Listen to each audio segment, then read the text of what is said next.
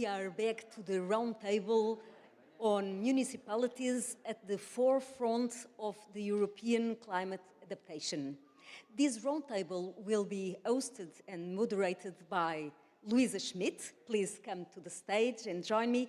Luisa Schmidt is a sociologist and senior research fellow at ICS Lisbon University. Luisa pioneered environmental sociology in Portugal. She co-founded Observa, and she has 20 books and more than 120 papers on sociology and environmental issues. She's also a columnist at the newspaper Expresso in Portugal. Welcome, Luisa. Thank you.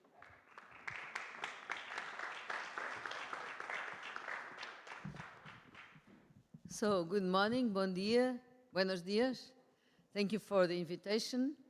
In this panel, Municipalities at the Forefront at Local Climate Adaptation, we will explore the essential role of municipalities in driving local level implementation of the EU Green Deal. As critical actors in the European transition towards climate resilience and sustainability, municipalities not only adopt policies but also adapt them to fit diverse local realities, as we know. This session brings together experts and municipal leaders from Poland, Spain, and Portugal with deep involvement in European sustainability networks to share their experiences and strategies for success. So we will discuss how the European Union can better support municipalities by recognizing and addressing their unique needs and operational contexts, focusing on which Green Deal dimensions are most adaptable and actionable at the local level. We will also address the necessity of comprehensive training for municipal technicians in policy adaptation and Green Deal transitions, presenting the real-world strategies to panelists to build local government capacities. So this panel offers an opportunity to learn about evolving strategies, collaborative efforts, and practical frameworks municipalities across Europe are implementing to promote resilient, sustainable communities in line with the EU Green Deal objectives. So the panelists, and I present and I call now our panelists, Anna Sadowska, please come to sit. She has served. She is a mayor of Uche since 2010. She was re-elected in 2024. She has led major revitalization projects in the city. As a member of the European Union Committee of the Regions, she advocates for climate actions and represents the Covenant of Mayors. She's also a Climate Pact ambassador promoting sustainable development across Europe. So, Anna, please sit and I'll give you the floor.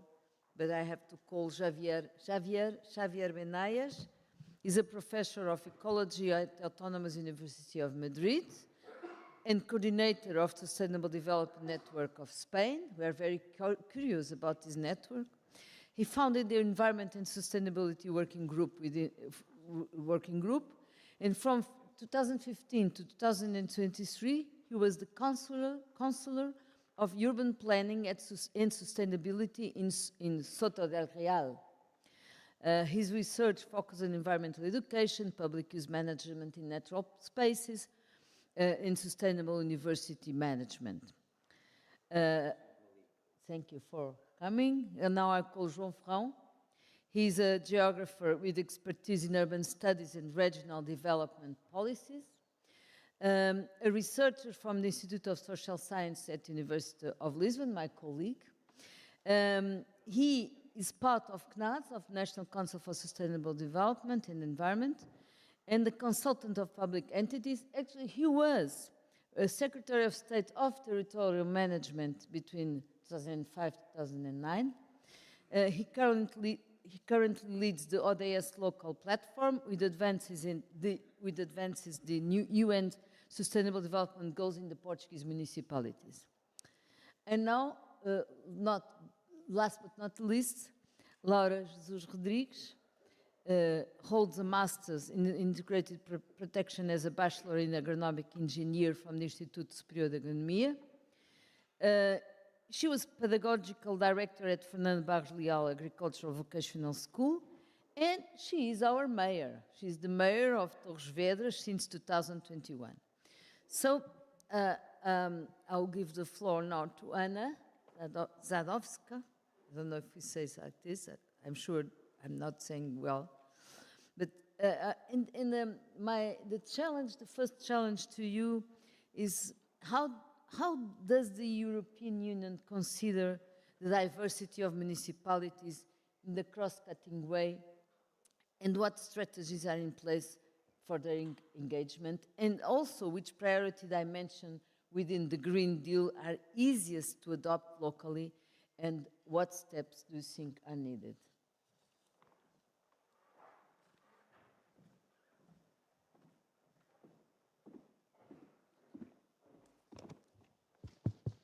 Seven minutes.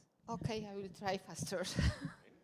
Ladies and gentlemen, first of all, I would like to thank you organizers for the invitation and the opportunity to share my experience in the field of the green transformation. Local and regional authorities play a key role in the transition to climate neutrality. They are responsible for implementing 70% of the Fit for 55 actions, and their involvement in this crucial to reaching climate goals. We should pay special attention to citizens and all other stakeholder engagement. It is to make local projects more inclusive and clear to the community. Local authorities to lead green changes need local action plans. They help stick to the EU's climate goals and set clear, simple targets with ways to check progresses. In addition, proper funding and active engagement with all stakeholders, businesses, civil societies, and citizens are key to make the Green Deal work locally. We cannot forget about capacity building. Staff must have the right skills, knowledge, and tools to create and manage effective green policies. Municipalities should also set clear targets for a fair and clean climate transition. They should also develop strong indicators to track progresses and challenges, ensuring that they work in transparent. I also would like to encourage you to collaborate with all other municipalities. The Committee of the Regions has already collected over 400 best practices to promote low carbon and green projects. EU programs like European Green Capital, the Covenant of Mayors, and Climate Pact can also be very helpful, in which we have adopted a method from strategy through specific actions to changing the way of thinking of residents. Last month, we adopted a package of strategy documents. This is full diagnosis of the environmental situation in our city, specific action plans in the area the most important for the climate, and tools that will allow us check the correct our action ourselves. Recent years we have brought us an energy crisis. We deeply believe that the only solution to it is to accelerate the transformation. By revitalizing whole areas of which we are not only giving all buildings the new functions, we are modernizing them and improving their energy efficiency. The building sector in our city is responsible for 56% greenhouse gases emission. In near future, we want to build a municipality photovoltaic farm on 40 hectares, it will cover 20% of our city's energy demand, including the demand of public transport. We also support residents by implementing a subsidy program for replacing heating sources with more ecological ones. As one of the 5 Polish cities, we are participating in the Climate Neutral Smart City mission. We will develop a pilot model of a neutral district to be replicable in other parts of Łódź and other local governments. We are removing concrete from the city squares. In addition, we are planning greenery wherever possible and supporting residents in this, also by subsidizing the greening on the private spaces in the city center. We also do not forget about the water retention and biodiversity. We are pulling Łódź rivers out of the underground and resourcing them. The European Parliament supports us in this thanks to special allocated funds. As for citizens' engagement, nothing about you without you. We tell residents. We invite them to the Citizens Ensemble. We give residents space for organic farming by creating community gardens. In this area of the CSR and ECG strategies, we involve our entrepreneurs to the city climate actions.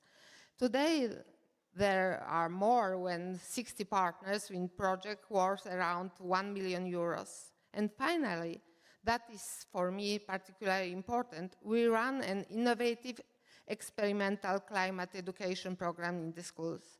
I may talk about this solution by hours, but the best solution is to visit us, so I warmly invite to visit the city of Łódź.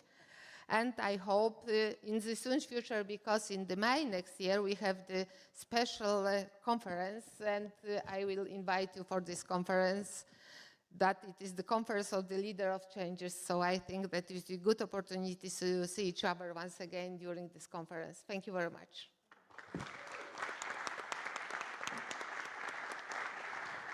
Thank you, Anna. Very interesting and very timely. I'll give the floor now to Javier Benayes, and I will ask you a little bit to talk about how important we think are sustainability indicators in the definition and implementation of local public policies, for the, of course, linked and for the implementation of the European Green Deal. And also, in that sense, what recommendations can you give in this sense?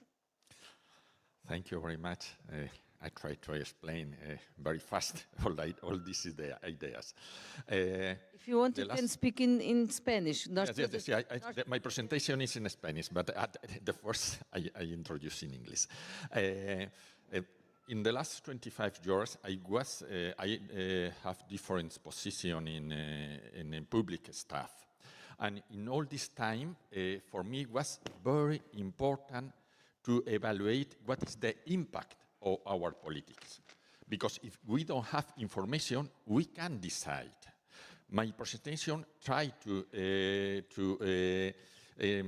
tell you some ideas that why it's important to introduce this. The first, lo primero, cuando nosotros vamos a un médico porque tenemos una enfermedad, ¿qué es lo que nos hace primero el médico? Tomar la temperatura. ¿Por qué? Porque la temperatura es el elemento que le permite identificar si estamos enfermos o no estamos enfermos y qué medicina o qué tratamiento nos tiene que aplicar. Cuando nosotros hacemos gestión pública, tenemos lo mismo, necesitamos indicadores que nos permitan, de alguna forma, poner de manifiesto si lo estamos haciendo bien o no lo estamos haciendo bien. Para ello, perdonad que está saliendo, está saliendo doble. formo parte de la Red Española de Desarrollo Sostenible. Es una fundación cuyo principal objetivo es apoyar a entidades públicas y privadas a desarrollar los distintos objetivos de la Agenda 2030. Y para ello, uno de los elementos que utilizamos son los informes anuales que, en colaboración de la red internacional SDSN, elaboran sobre el grado de cumplimiento de los 17 Objetivos de Desarrollo Sostenible de Naciones Unidas los distintos países. Cada año se elabora un informe y en ese informe aparece una ficha del grado de cumplimiento de cada uno de estos objetivos por cada uno de los países. Hay unos 120 indicadores para los 17 objetivos y se da una información cuantitativa de cómo se cumple cada indicador y una información cualitativa utilizando los colores del semáforo. Este es el último dato de España. Podría haber puesto el de Portugal o Bélgica, cualquier otro país. Se ve que España solamente a 2024 cumple uno de los objetivos y tiene todavía 4 en rojo, es decir, muy lejos todavía de poder llegar. Esta misma metodología la hemos aplicado a ciudades. En el año 2018 aplicamos la metodología de los indicadores a evaluar las 100 ciudades más grandes de España. Volvimos a repetirlo en el año 2020 y en el año 2022 lo aplicamos a todos los municipios de la Comunidad de Madrid mayores de 5.000 habitantes. En el otro caso eran mayores de 60.000 habitantes, aquí bajábamos mucho a municipios de menores de 5.000 habitantes. En la misma metodología,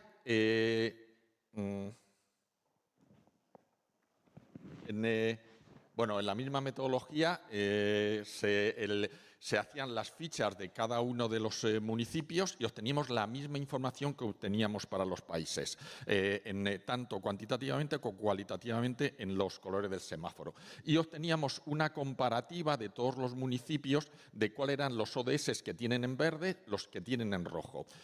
Los municipios que tienen ODS en verde significa que están haciendo una buena práctica, es decir, que son ejemplo que los otros deben copiar. Es decir, si hay algunos municipios tienen actuaciones que están produciendo transformaciones importantes en su municipio y conseguir esos objetivos, podemos tenerlos de referencia.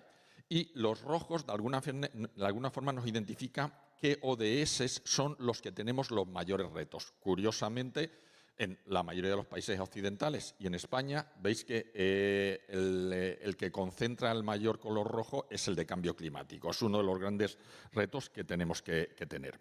Pero debemos tener políticas para evaluar y tener información de forma continua. En nuestro municipio aplicamos cada 3 años una encuesta de grado de satisfacción de los vecinos sobre nuestras políticas.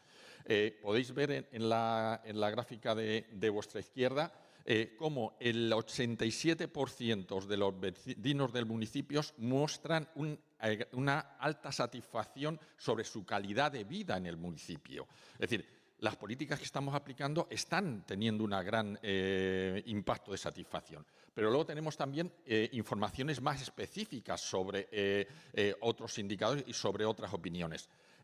Saber cuáles son las cantidades de residuos a lo largo de los años que se están separando o reciclando y la evolución nos permite tomar decisiones de qué políticas tenemos que aplicar, ¿no?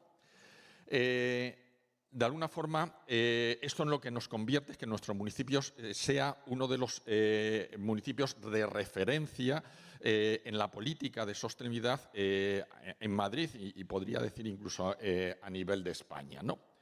Otra de las líneas de trabajo que hemos tenido en estos 2 últimos años es investigar un poquito más cómo un municipio llega a ser más resiliente, es más capaz de responder a los riesgos y retos a los cuales se enfrenta, que por desgracia lo hemos tenido recientemente en Valencia, a la hora de poder tener capacidades de respuestas ante ciertos problemas que se nos vienen encima y que cada vez van a ser más frecuentes.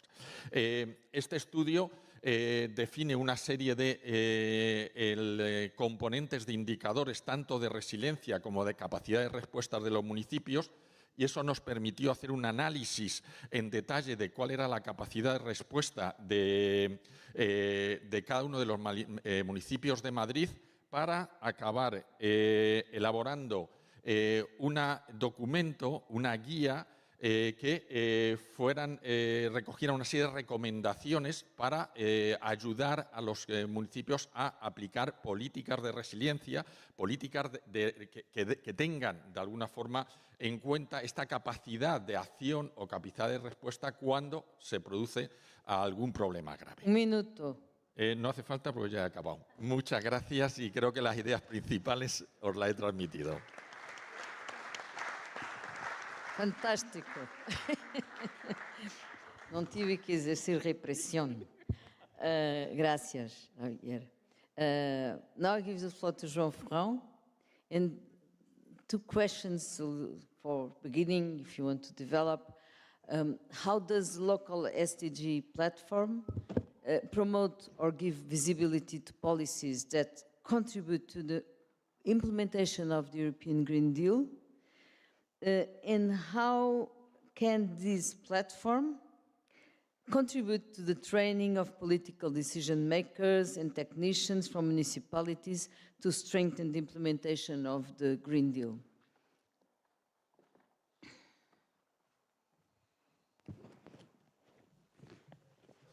Bom dia e obrigado. I will speak in Portuguese, if you don't mind.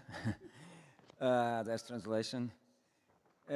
Bom, primeiro dizer que eu estou aqui como coordenador da plataforma ODS Local. A plataforma ODS Local é desenvolvida por um consórcio que envolve 4 entidades, o Conselho Nacional do Ambiente e do Desenvolvimento Sustentável, 2 centros de investigação universitários e uma startup tecnológica. E o objetivo fundamental da plataforma ODS Local é levar a Agenda 2030, não só o Pacto Ecológico, que nós temos estado aqui a discutir, mas a Agenda 2030 aos municípios, sendo que aqui os municípios envolvem as autarquias, mas também as comunidades locais. O nosso objetivo último é disponibilizar ferramentas que permitam aumentar a consciencialização e a capacidade de decisão por parte de autarcas, por parte dos técnicos, por parte de todos os atores locais e por parte dos cidadãos em geral. Nós não intervimos diretamente nas políticas, não é esse o nosso papel, mas nós disponibilizamos informação, conhecimento, dentro da ótica que é preciso produzir informação que seja transformada em conhecimento, conhecimento que seja transformado em competências, competências que sejam transformadas em ação e ação que tenha impactos reais na melhoria da vida das pessoas e do planeta. Portanto, é esse o nosso objetivo e desse ponto de vista poderia dizer, para ser rápido, que nós atuamos simultaneamente a montante, ao lado e a jusante das políticas públicas, dando informação, monitorizando, contribuindo para avaliar, mas evidentemente não elaboramos, não intervimos na elaboração de políticas públicas, porque essa é a competência das autarquias ou das outras entidades envolvidas. Muito rapidamente, nós temos 4 públicos-alvo. O primeiro público são os municípios e nós disponibilizamos informação para os 308 municípios do país, com uma série de indicadores e mapeamento de boas práticas e, portanto, este é o nosso primeiro público-alvo, são os municípios.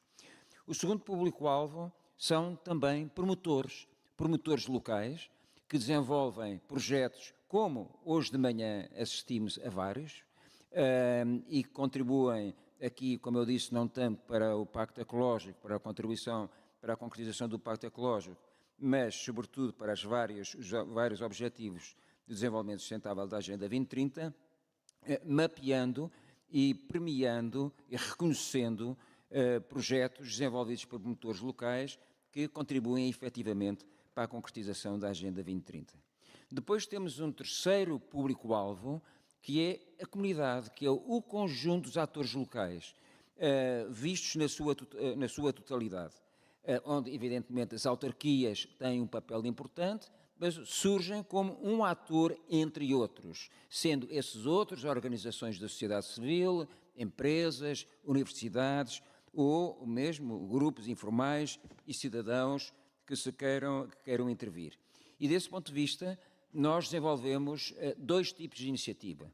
Um deles, os laboratórios de sustentabilidade local, que colocam os atores em diálogo uns com os outros e, em paralelo e mais recentemente, as sessões prospectivas, sessões que nós estamos a realizar em vários municípios e onde, dentro da lógica de colocar vários atores a debater em conjunto, introduzimos claramente a questão do futuro. Que futuro queremos e como chegar a esse futuro. Já não é apenas monitorizar o que é importante, aquilo que se está a passar hoje, mas é imaginarmos esses futuros e imaginar também como construir caminhos que permitam concretizar esses futuros. E, finalmente, temos uma outra iniciativa, as chamadas Rotas da Sustentabilidade. É uma exposição itinerante que, em colaboração com bibliotecas municipais, vai percorrendo vários municípios de todo o país, onde o nosso objetivo, ou o nosso público fundamental, é a população em geral, mas em particular a população escolar. Falava a senhora Presidenta de Lutz nesta ideia de mudar o mindset. Isso é muito importante. O mindset significa consciencializarmos-nos. O nosso objetivo é que este exercício de consciencialização tem que ser ele próprio, relacional e sistémico. Não estamos a consciencializar público a público. Nós consciencializamos pondo estes vários públicos em diálogo. Portanto, autarquias, diferentes atores, escolas, crianças, jovens, é dessa visão de conjunto que nós podemos acelerar a Agenda 2030. Tenho um minuto ainda, Luísa. Tens e falta o cruzamento com o Pacto Ecológico Europeu, com o Green Deal. Em que é que contribuímos? É uma questão complexa, vou ser franco. Na Europa, o cruzamento entre a Agenda 2030 e o Pacto Ecológico Europeu é complexo. É complexo porquê? Porque, em termos concretos, o Pacto Ecológico tem um âmbito mais restrito, a Europa, mas tem instrumentos, tem financiamento, tem um sistema de governança. A Agenda 2030 é mais abrangente, mas não tem instrumentos próprios, não tem financiamento próprio e não tem um sistema de governança.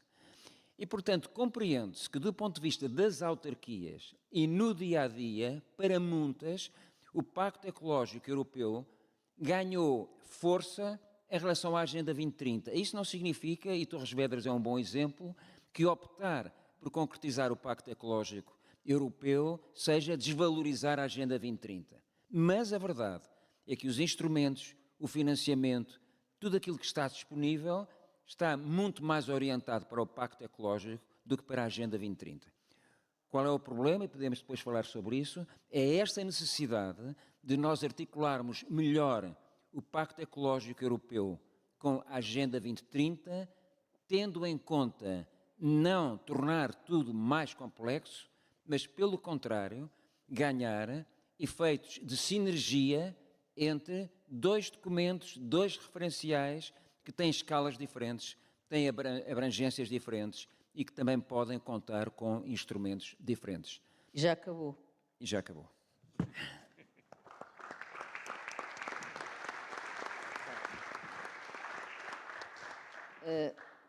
Now, I give the floor to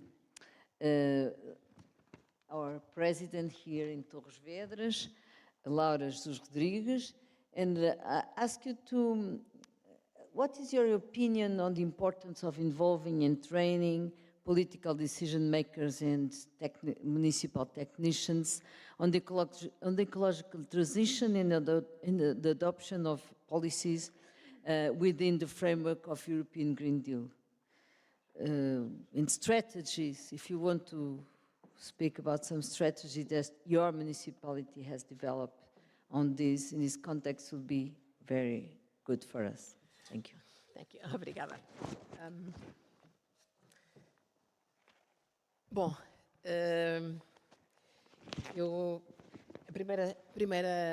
Relativamente à primeira parte da questão, creio que é profundamente importante que, efetivamente, todos possam, sejam os decisores, sejam os técnicos, possam ser capacitados e estar envolvidos naquilo que são, efetivamente, os princípios do Green Deal. Quando nós pensamos relativamente ao Pacto Ecológico Europeu e pensamos relativamente à Agenda 2030 também, portanto, agora estendendo as questões àquilo que o professor Ferrão fez referência, o que acontece é que nós estamos a pensar numa forma de vida, uma forma de vida que é diferente. Portanto, não estamos a pensar numa área exclusiva de um município, não estamos a pensar exclusivamente na educação, não estamos a pensar exclusivamente no ordenamento do território, não estamos a pensar exclusivamente na gestão da água.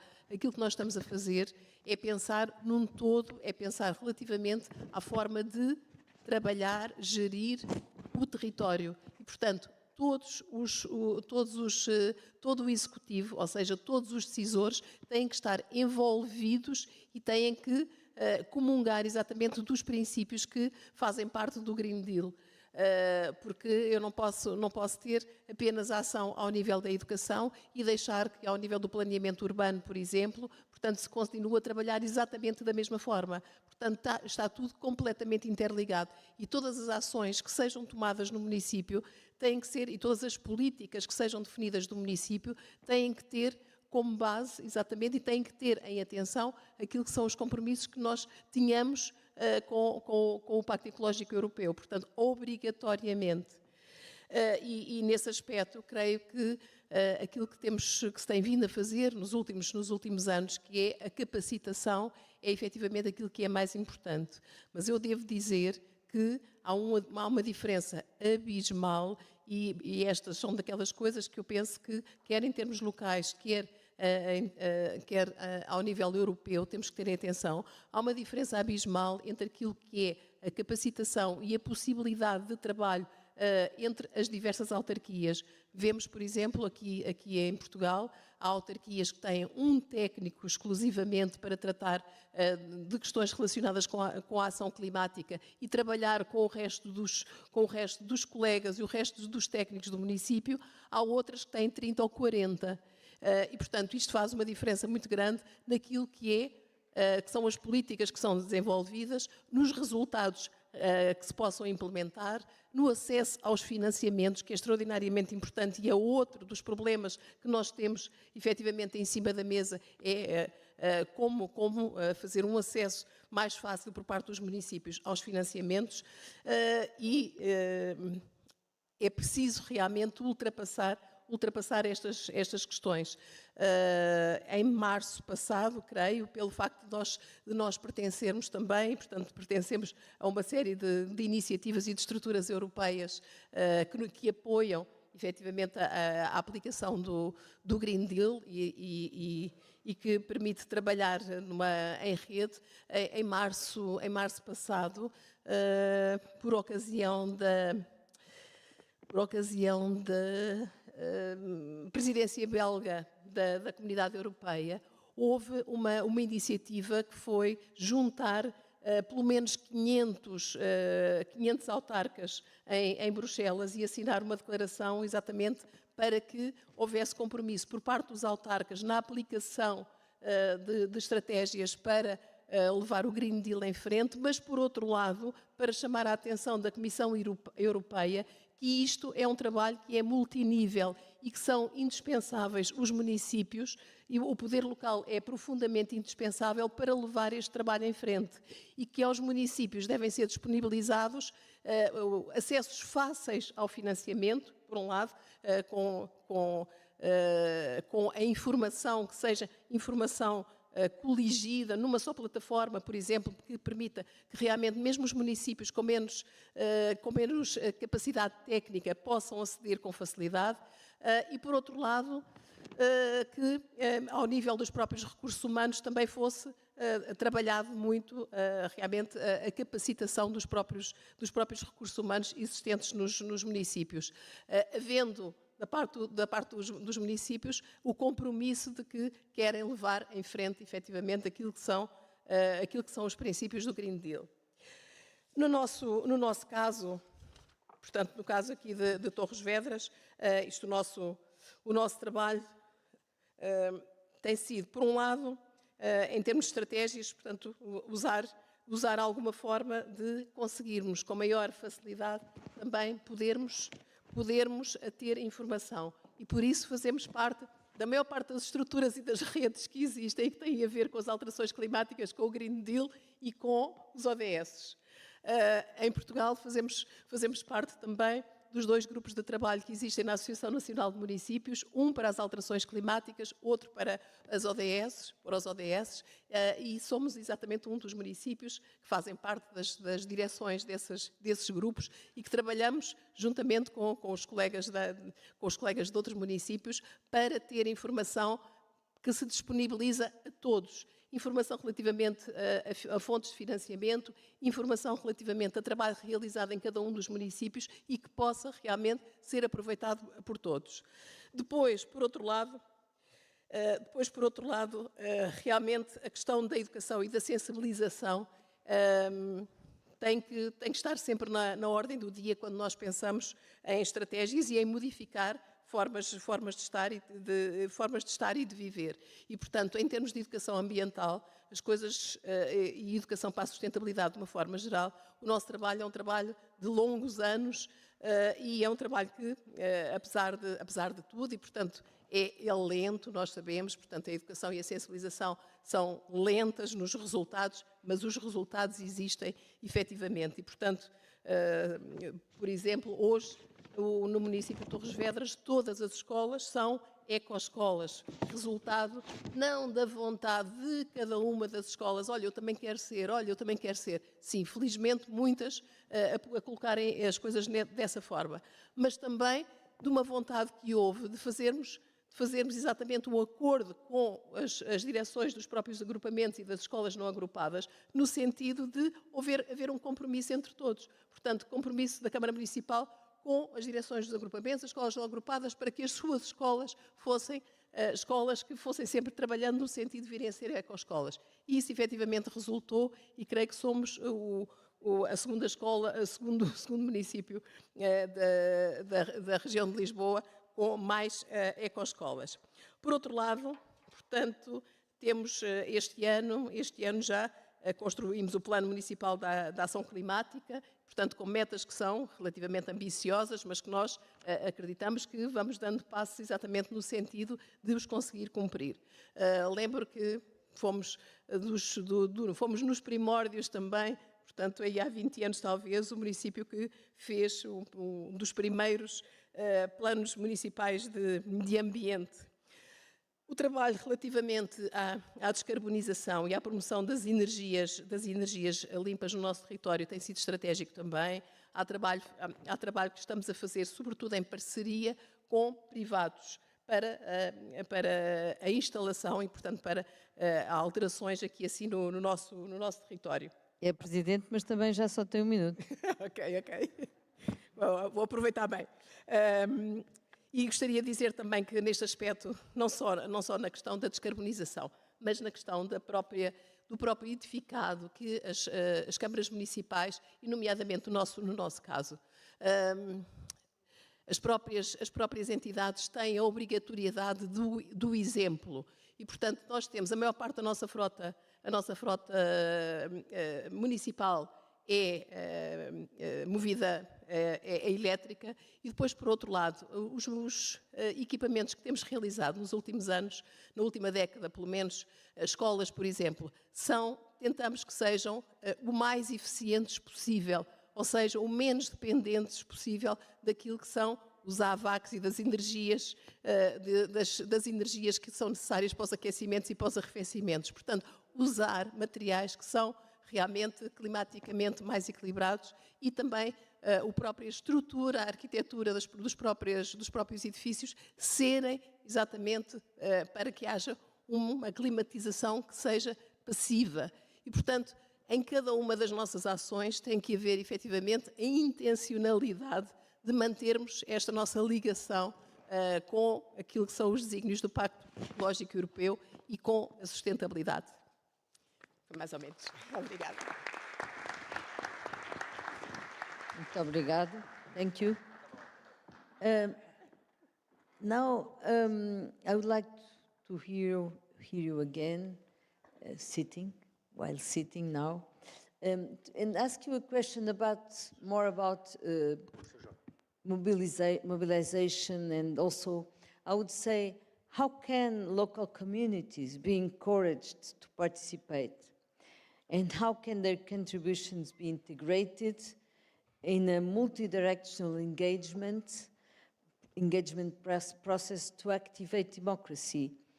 I mean, how can active democratic engagement be sustained over time to support the success and resilience of local community projects? Continuity means sustainability, and sometimes it's very difficult to maintain continuity. So please, may I start with Anna to tell us a bit of your experience and your thoughts about this, and also, of course, thinking about the different interests that we have, that different sectors have in the European Green Deal, that sometimes it's a problem, as we see now in the agricultural and so on. Thank you for this question. At first, I am the mayor since 14 years. So first, if you want to make changes in the city, you must have built a bridge between mayor and citizens.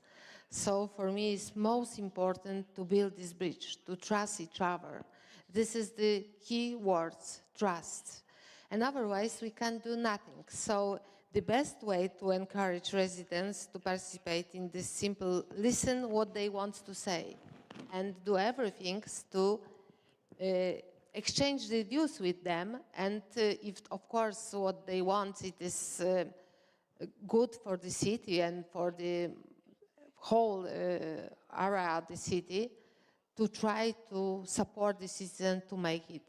We make a special participatory budget, and this is the first step to trust. If our citizens, we give them the possibility to decide what they want for the local, on the local level, and we make everything in the fast way to promote and to change this vision what the citizens decided to have, it is the best way to trust each other in the short time. In the long term, of course, we must still discuss to make this process with discussion. When I started the mayor, I have the meetings like in this area. Sometimes it's coming 1,000 people. I stay with the citizens and I will discuss with them by 7-8 hours. And we discuss on each topic which is important for them. After the years, we make a special walking in the many areas on the city. So in each district, we have a special walking with the citizens. We look at this area around us and we discuss what we need to support the citizen, to give them the better life, to better future. And this is the one way to make the changes, discussion and make the reality this project, which is very important for our citizens. And how in those, I'll keep with Anna a little bit, if you don't mind. I'll keep with Anna, because I would like to ask you, it's very interesting, the idea, well, keywords, listen and discuss, but how did you deal with the different interests? Because it's also very important, and sometimes it's the most difficult part. Yes, I know that it's not easy, so we make a special citizen ensemble. We invite the science, we invite the practice, we invite the citizens, and we try to explain what is the... Sometimes it's something is good for the one person, it is not good for the whole society. So we must to discuss. I know that it is not easy, but to give these people the possibility to discuss it is the first step. And I think in the end, even if they are not so satisfied, we must find a solution good for both sides. And regarding age, was it equilibrated? I mean, young people, older people, it was mixed, or did you Yes, have of a course, special? we mix all, and we mix about the age, we mix about the, men and women, and etc. And we make, especially in the citizen ensemble, it is like a morphology of the cities. So we must collect the people which like responsibility for this area. Okay, thank you, Anna. Now, Javier, the same question. Yes. Okay. For us, it's very important to identify a way for the people can participate in the decision of the municipality. I can speak in English, ¿no? ¿Sí? No, para mí es mucho más fácil en español, por supuesto. Bueno, para nosotros es muy importante, decía, el identificar vías para que la gente pueda participar. ¿Y por qué? Porque, de alguna forma, las elecciones municipales es una forma de evaluar si lo estamos haciendo bien. Si nosotros aplicamos políticas que decidimos desde el equipo de gobierno y no hemos aplicado procesos participativos, tenemos el riesgo de que los vecinos no refrenden nuestras políticas, que hayamos tomado decisiones que no están en la línea de lo que ellos quieren. Por eso es muy importante el intentar ver cómo podemos implicarles en nuestras decisiones y que ellos sean elementos activos de los temas más importantes. De hecho, nosotros hemos aplicado políticas en los 8 años que he estado y este año último, los 9 años que llevamos, para implicarles. Y esto ha hecho de que llegamos a la alcaldía con un 30% de los votos y ahora tenemos el 60% de los votos. Hemos duplicado el doble de votos por estas políticas participativas. ¿En qué se basan estas políticas participativas? Primero, crear consejos sectoriales temáticos. Tenemos unos 10 consejos sectoriales temáticos sobre sostenibilidad, sobre urbanizaciones, sobre cultura, sobre educación, sobre deportes, sobre cuidado de animales. Es decir, tenemos diferentes grupos sectoriales de vecinos que se reúnen, que discuten y hacen propuestas. Todos los años dedicamos 260.000 euros para financiar las propuestas que salen de los vecinos. Y el problema que estamos teniendo es que después de todos estos años se han agotado las propuestas, ya no salen propuestas nuevas porque ya hemos financiado casi todas las propuestas. Luego, otra de las líneas importantes es de que todos los años hacemos una pregunta ciudadana a la vez que se votan estos proyectos de los vecinos, porque los vecinos los diseñan y los vecinos los votan. Ellos escogen cuáles son los que se van a llevar a cabo aplicando estos 260.000 euros. Y aprovechando esa votación, le hacemos una pregunta sobre un tema importante para el municipio. Por ejemplo, ahora mismo, en el último año, ya hemos puesto en marcha el nuevo plan de urbanismo municipal. Pero para poner en marcha este plan urbano, no solamente se lo hemos dejado a unos técnicos para que lo diseñen, sino que hemos preguntado a los vecinos qué desarrollo urbano querían ellos para el municipio. Y les hemos preguntado cuántas viviendas querían que crecieran. Si 0, si 500, si 1.000, si 3.000 o más de 3.000. ¿Cuál fue nuestra sorpresa? Que la que ganó fue 500, pero la siguiente opción era 0. Vivimos en un municipio que está en un parque nacional, que tenemos una alta calidad de vida y la gente no quiere que crezca. Es decir, la gente que quiere que crezca el municipio son determinados sectores económicos que son muy minoritarios en el municipio. Y ahí preguntamos sobre el número de crecimiento, tipología de vivienda, que quería la gente que se construyera, por dónde tenía que crecer el municipio. Es decir, se le hacía 10 preguntas para que de alguna forma tuviéramos un feedback de cuál era la visión que tenían los vecinos sobre el crecimiento de nuestros municipios.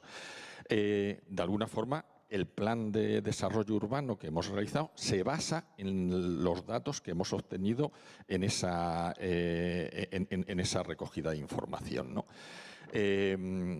De hecho, bueno, pues yo creo que sí, al final tienes un buen respaldo en las elecciones, es porque de alguna forma estás incorporando esas opiniones y esa forma de percibir de la gente de cómo quieres que sea el municipio. Y por último, lo he comentado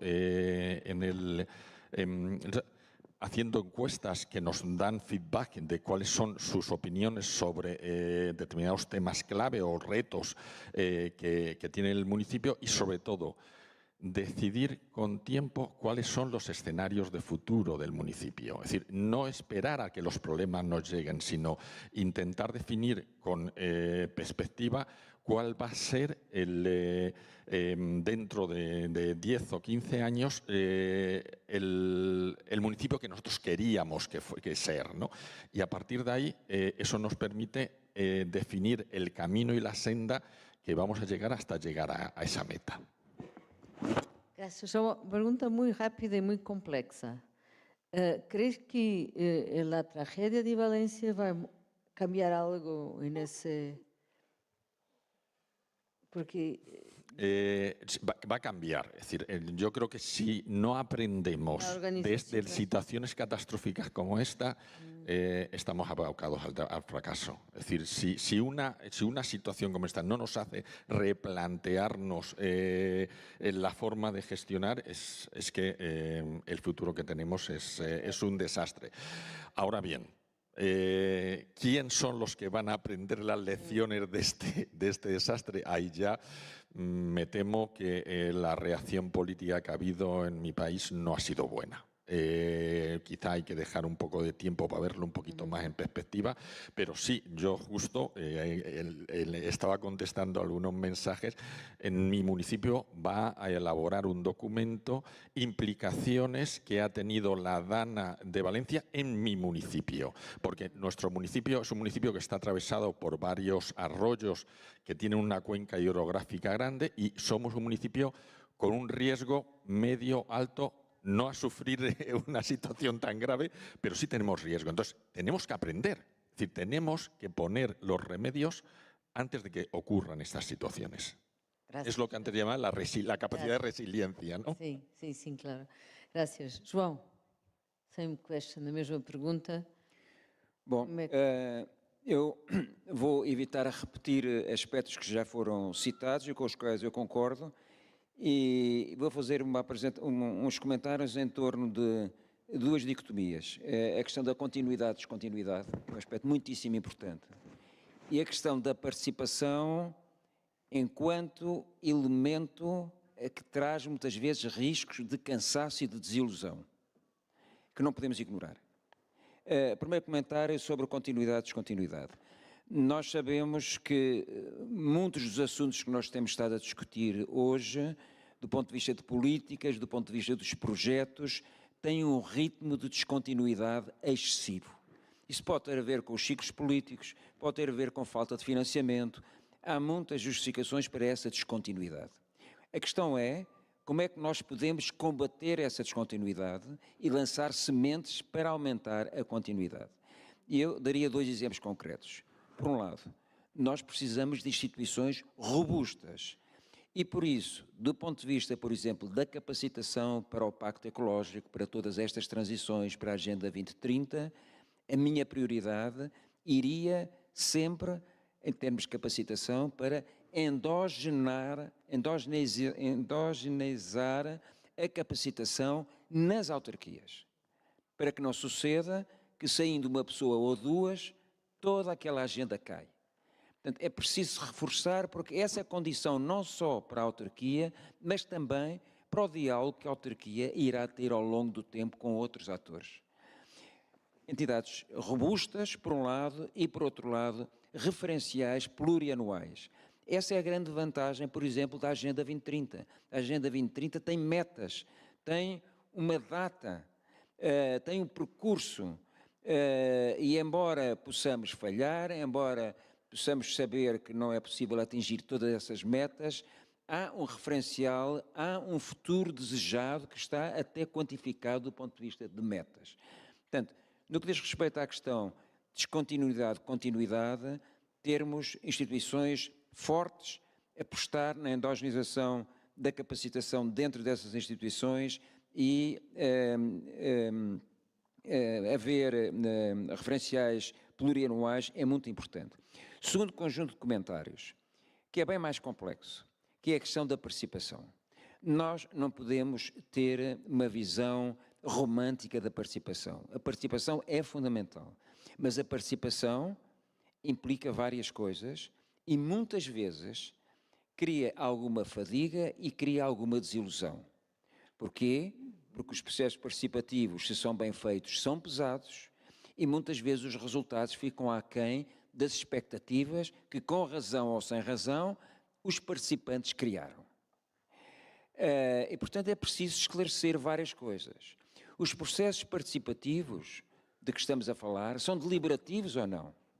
É apenas uma forma de auscultar, o que é importante? É apenas uma forma de ouvir de forma mais regular os cidadãos, o que obviamente é importante? Ou é dar-lhes a capacidade de decidir em relação a aspectos concretos, com resultados também concretos?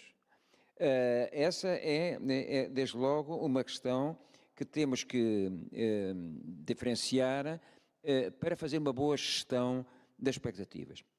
Segundo comentário, há temas, estávamos a falar um pouco sobre isso no intervalo, há temas que são federadores e esses temas federadores são importantes porque têm um maior potencial de diálogo em termos de número de atores e também no tempo.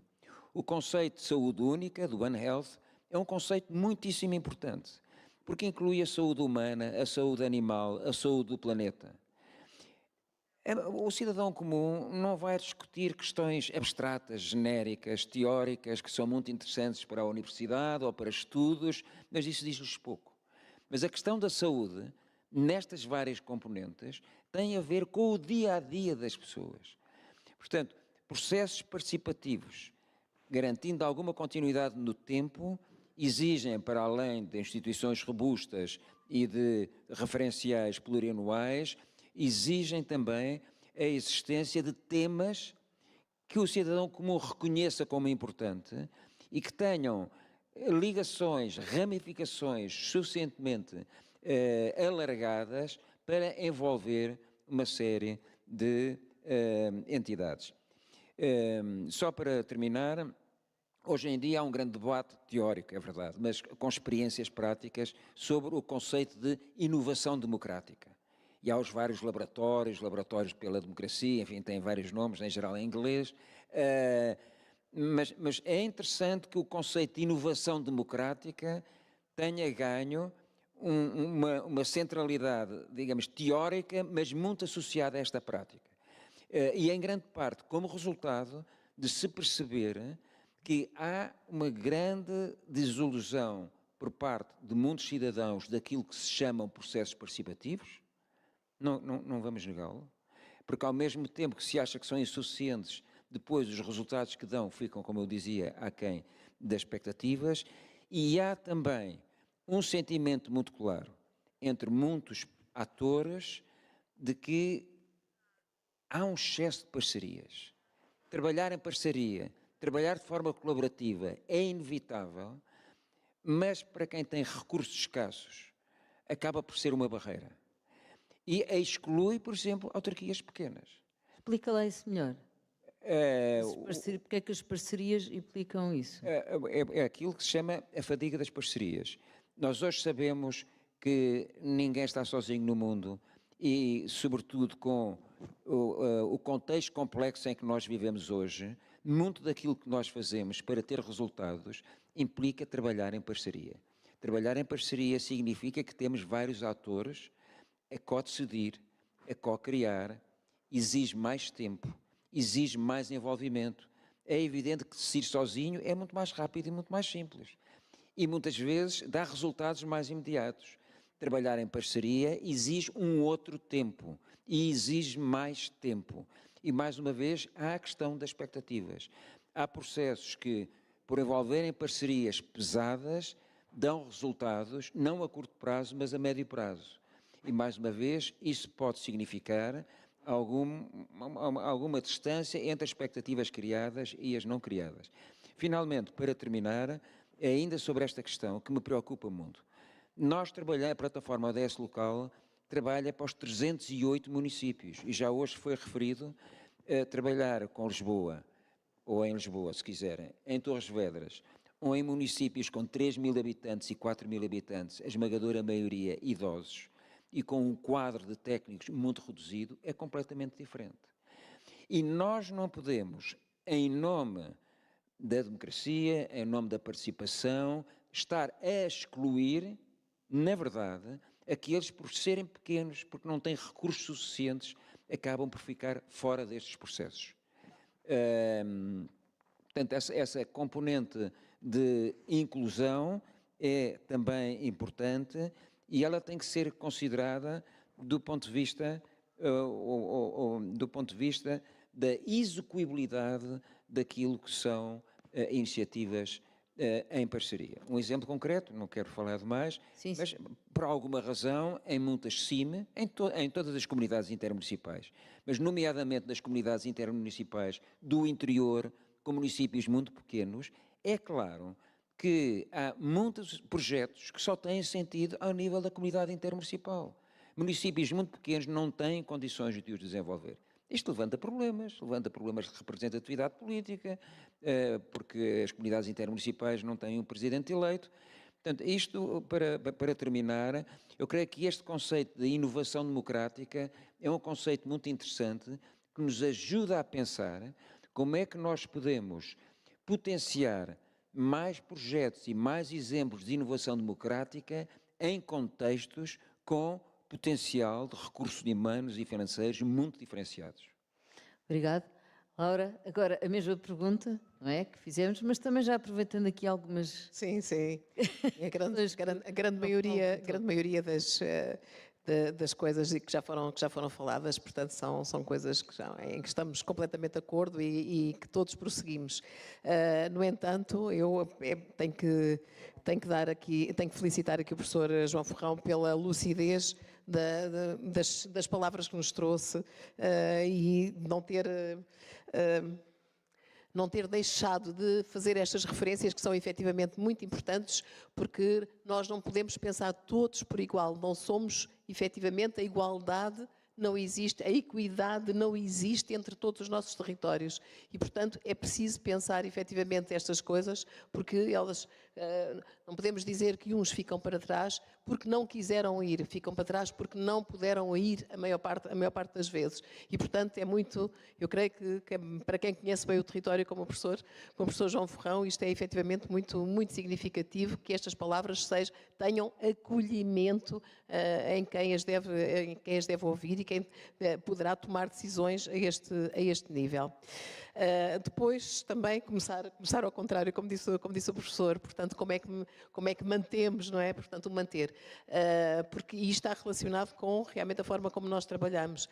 É que é preciso uma cultura de entidade ou da empresa ou do município, no nosso caso, portanto, uma cultura municipal que efetivamente seja mantida sempre ao longo do tempo. E, portanto, para isso, realmente a capacitação contínua e o envolvimento contínuo dos próprios técnicos e dos executivos é efetivamente fundamental. E para as próprias comunidades, portanto, tem que haver realmente na própria comunidade também um chamamento que é contínuo e uma formação e uma sensibilização e uma informação que é contínua também. Portanto, começamos e levamos sempre em frente exatamente esse tipo de trabalho para que realmente haja a rotina e isso seja então uma cultura da própria sociedade, uma cultura da própria empresa, uma cultura do próprio município. Nós também, portanto, aqui em termos municipais, portanto, temos o nosso orçamento participativo e no orçamento participativo já no último orçamento participativo já fizemos um apelo muito grande a que realmente aquilo que fossem as propostas fossem propostas direcionadas exatamente para questões ligadas à sustentabilidade. Atualmente estamos a criar uma plataforma, já está criada, aliás, não é? Está criada e vai entrar em funcionamento, uma plataforma semelhante ao orçamento participativo, mas é exclusivamente dedicado às alterações climáticas. Isto foi um projeto que foi financiado, portanto, foi uma candidatura e, portanto, foi financiado pela Gulbenkian e, portanto, dará um primeiro ímpeto também para a participação dos nossos cidadãos, para que possam apresentar propostas que sejam coisas muito, muito específicas neste âmbito. Temos Conselho de Ação Climática, que tem, aliás, funcionado bastante bem, creio, e, portanto, é um órgão que realmente agrega uma diversidade muito grande de pessoas e cada uma delas, portanto, pode contribuir naturalmente para aquilo que é o nosso trabalho em termos municipais. É evidente que nós temos estas situações, como o professor disse, é auscultar ou é deliberar, não é? A generalidade dos conselhos são conselhos para auscultar, para conversar, para dialogar com os cidadãos, com os representantes das instituições e é efetivamente esse também o nosso caminho. Há uma outra questão que eu acho importante, que é a questão do exemplo. É importante que nós possamos, para as nossas comunidades, sejam elas apenas a comunidade dos técnicos do município, mas seja a comunidade de cidadãos, mostrar exemplos de sucesso. Eu creio que isso é importante para as pessoas perceberem realmente que se pode fazer aquele trabalho, se pode seguir aquele caminho, porque produz resultados, tem um impacto que é positivo em A, B, C e, portanto, esses exemplos acabam por ser acolhidos pelas próprias pessoas. Também, se nós pensarmos ao nível, nas políticas municipais, pensarmos ao nível dos benefícios que possamos conceder a empresas, aos particulares e que tenham a ver exatamente com o prosseguimento de determinado tipo de estratégias que têm a ver com a sustentabilidade, ao longo do tempo vemos que também vão tendo reflexos, vão sendo acolhidas pelas pessoas e essa é uma forma também de chegar a que realmente elas se sintam envolvidas e continuem depois a participar, dado que realmente tiveram frutos daquilo que foi a sua forma diferente de estar e de poder contribuir em termos municipais. Pronto, e de uma forma geral é isto. Eu devo dizer que a questão do One Health é efetivamente muito importante aqui para o nosso território e não é por acaso que no espaço que vai ser um campus de medicina, que é uma parceria entre a Câmara Municipal de Torres Vedras, entre o município de Torres Vedras e a Faculdade de Medicina da Universidade de Lisboa, num espaço que está desativado, que foi um antigo hospital, e aqui aqui em Torres Vedras, na periferia de Torres Vedras, quando vamos para sair de Torres para a autoestrada.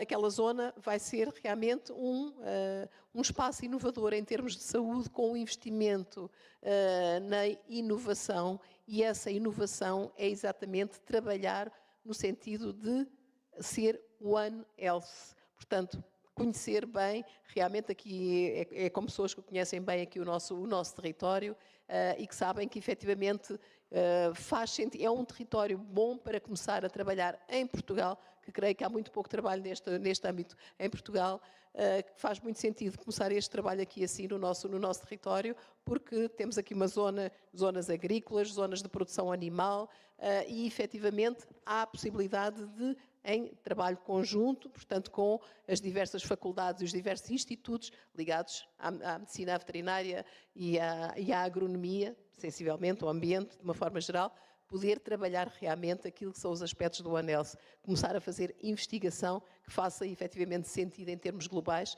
porque o sistema é aquilo que efetivamente interessa, não é? E não apenas a saúde humana, a saúde dos animais e a saúde das plantas. Como vimos nos últimos anos, efetivamente essa forma de trabalhar tem dado muito maus resultados. Muito obrigado. A visão integrada da saúde é fundamental. O Javier queria responder até esta questão da continuidade, descontinuidade e também da participação. Eu queria falar um pouco sobre isso. Sí, gracias. Yo hablaba de las limitaciones de la participación y creo que sí que es importante transmitir que la participación no es todo bonito y maravilloso y que nos enfrentamos a problemas importantes. Y quería dar dos pinceladas de las que nos hemos enfrentado nosotros. La primera es de que cuando abres procesos participativos hay personas y grupos que hacen planteamientos y propuestas muy radicales que normalmente no tienen acogida en los votos de las elecciones. Y que acabas cautivo, y tienes que evitar acabar cautivo de esas propuestas, pero hay que escucharlas. Por eso nosotros hacemos lo de la pregunta ciudadana en el sentido, es decir, está bien que haya propuestas, pero tienen que tener un refrendo de la población y de la sociedad, porque si no, al final, los procesos participativos quedan restringidos a aquellos que son más activos y que normalmente no suelen ser los que hacen propuestas que van a ser acogidas por una mayoría de la población. Y hay que tener mucho cuidado con ese aspecto. Y el otro aspecto que para mí es delicado o limitante en los procesos participativos es que la gente se cansa y se aburre de participar. Es decir, nosotros hemos notado en los 8 años como al principio había un entusiasmo y teníamos votaciones cercanas al 20% de toda la población que iba a votar en estas preguntas ciudadanas, y ya nos hemos ido reduciendo y ya estamos por debajo del 10%. Por lo tanto, necesitamos innovar e ir cambiando los procesos para que la gente participe, para mantener este nivel alto, porque si no, de todas formas, una sensación que tengo, no sé si en Portugal y en los otros países también ha ocurrido, la pandemia ha hecho a la gente, iba a decir, más egoístas, más introvertida y más cerrada.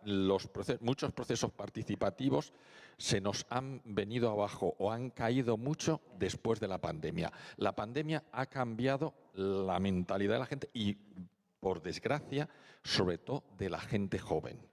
Y personalmente me preocupa mucho, porque si la gente joven se está divorciando de estos procesos, estamos generando unos cimientos muy malos de cara al futuro, ¿no? Ana, ¿quieres decir algo? You want to say something?